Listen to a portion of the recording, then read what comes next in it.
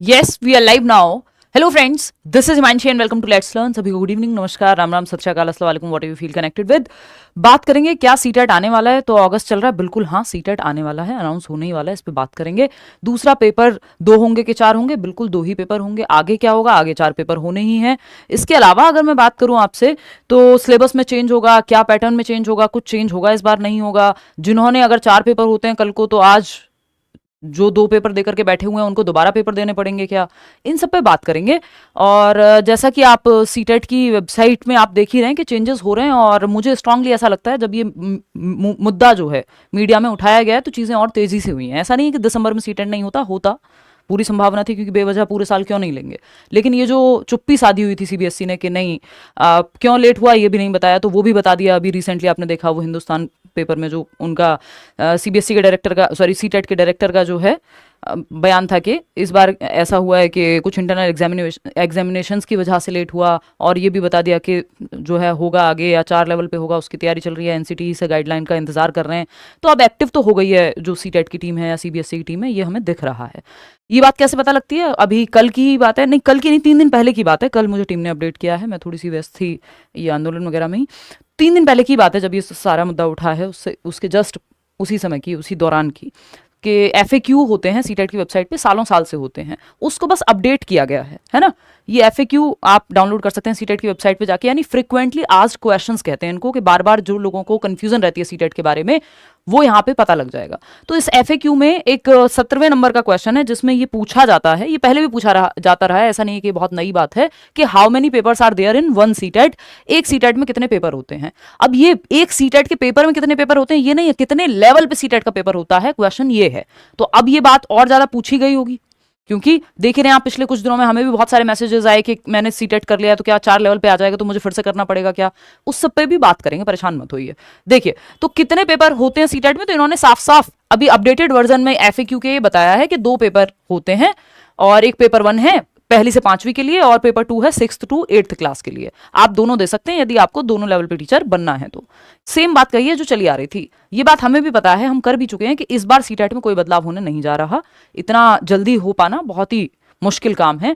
हाँ, सीबीएसई इंतजार कर रहा है एनसीटीई की गाइडलाइंस का। जैसे ही वो 4 लेवल पे एनईपी का की जो बात है, नेशनल एजुकेशन पॉलिसी की, वो अप्रूव हो जाएगी, जैसे ही एनसीटीई उसको अप्रूव कर देता है, गाइडलाइंस दे देता है, तो 4 लेवल पे सीटेट होने लगेगा, इतनी बात पक्की है।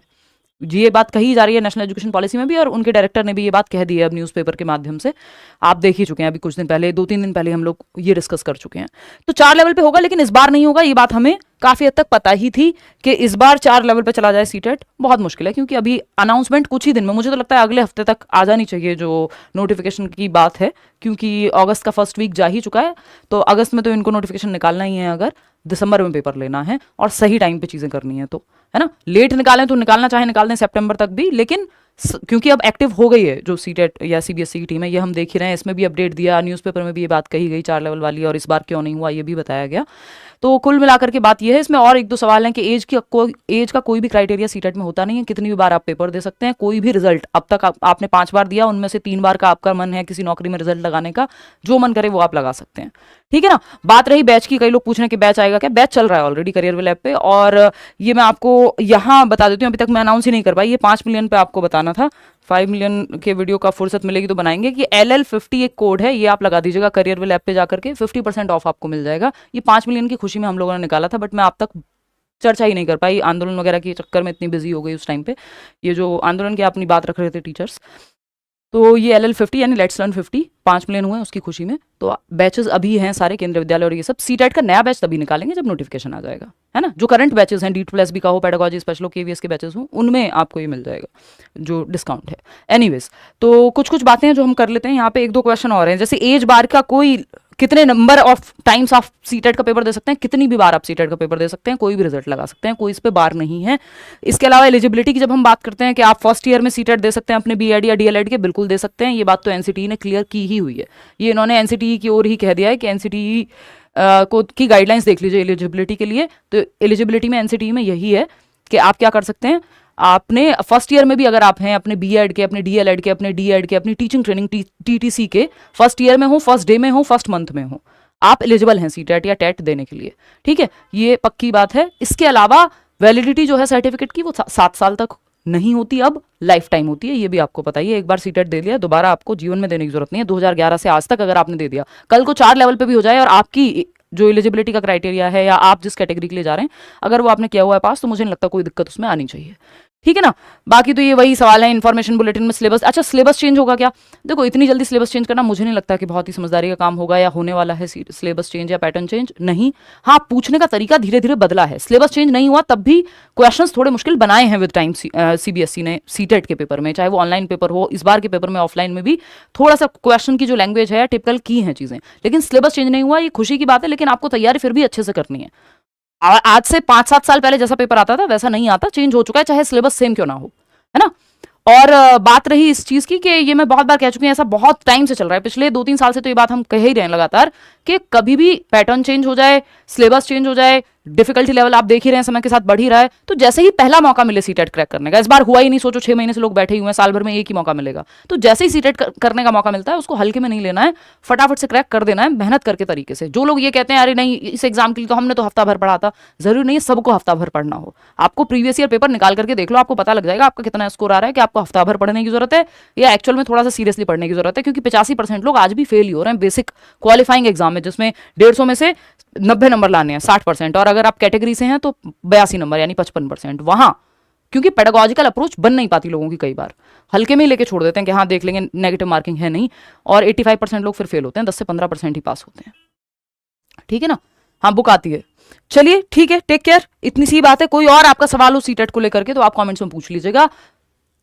सीबीएसई सीटेट जल्दी अनाउंस करेगा अगस्त में, इसी महीने या हो सकता है अगले हफ्ते आपको देखने को मिल जाए नेक्स्ट नोटिफिकेशन। सिलेबस में परिवर्तन नहीं होता हुआ दिख रहा, पैटर्न में चेंज नहीं होता हुआ दिख रहा, और ये शायद ये आखिरी बार ही होगा जब 2 लेवल पे हो रहा हो सीटेट। बहुत संभावना है इस बात की, तो अच्छे से इसको क्रैक करके रखिए, अपनी टेंशन खत्म करके अपनी आगे की तैयारी में लग जाइए, है ना।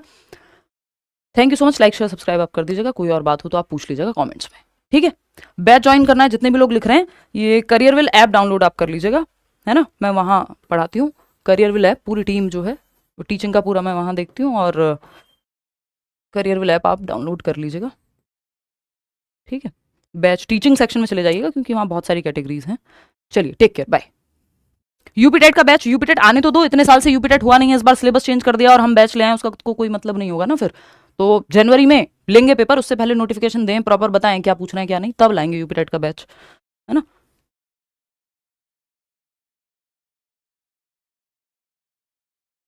अच्छा, इसमें एक और जो चीज़ है वो ये है कि कल, क्योंकि मैं थी नहीं घर पे, पूरे टाइम में बिजी रही, थोड़ा सा डॉक्टर के पास जाना पड़ा, फैमिली में कुछ दिक्कत थी, तो उस चक्कर में मैं बिल्कुल नहीं देख पाई। बहुत दुखद है कि कल जिस तरह से बिहार में एस्टेट के लिए जो अभ्यर्थी प्रोटेस्ट कर रहे थे उन पे लाठियां बरसाई गई, लातें मारी गई, घूसे थप्पड़ ये सब चला, जो कि बहुत ही दुखद है। या तो एक जगह उनको दी जाती प्रॉपर कि हाँ आप प्रोटेस्ट कर सकते हैं या अपनी बात रख सकते हैं, जब सरकार खुद कह रही थी कि हम बीपीएससी टीआरई 4 से पहले एस्टेट करा लेंगे, और अब कह दिया गया कि नहीं 5 से पहले कराएंगे, तो ये तो होना ही था। फिर आप अपने, जब सरकार या जो भी गवर्नमेंट में जो भी अथॉरिटीज हैं जिनको ये एग्जाम्स कराने होते हैं, जब ये लोग अपनी बात में नहीं रहेंगे तो फिर जनता तो आएगी रोड पे। वो जो विद्यार्थी अपनी तैयारी कर रहा है, होप में बैठा हुआ है, नहीं इस बार तो नौकरी ले ही लेंगे, एस्टेट भी हो जाएगा उससे पहले, और बीपीएससी टीआरई 4 तब देंगे, जब आप ये बात कह देते हैं अपने न्यूज़पेपर्स के माध्यम से अलग अलग जगह पे बयान दे करके, तो फिर ये तो जब कथनी करनी में अंतर आएगा, लोग अपना विरोध भी ना जताएं, विरोध जताएं तो उन पे डंडे बरसाए जाएं, घूसे मारे जाएं, लातें बरसाई जाएं,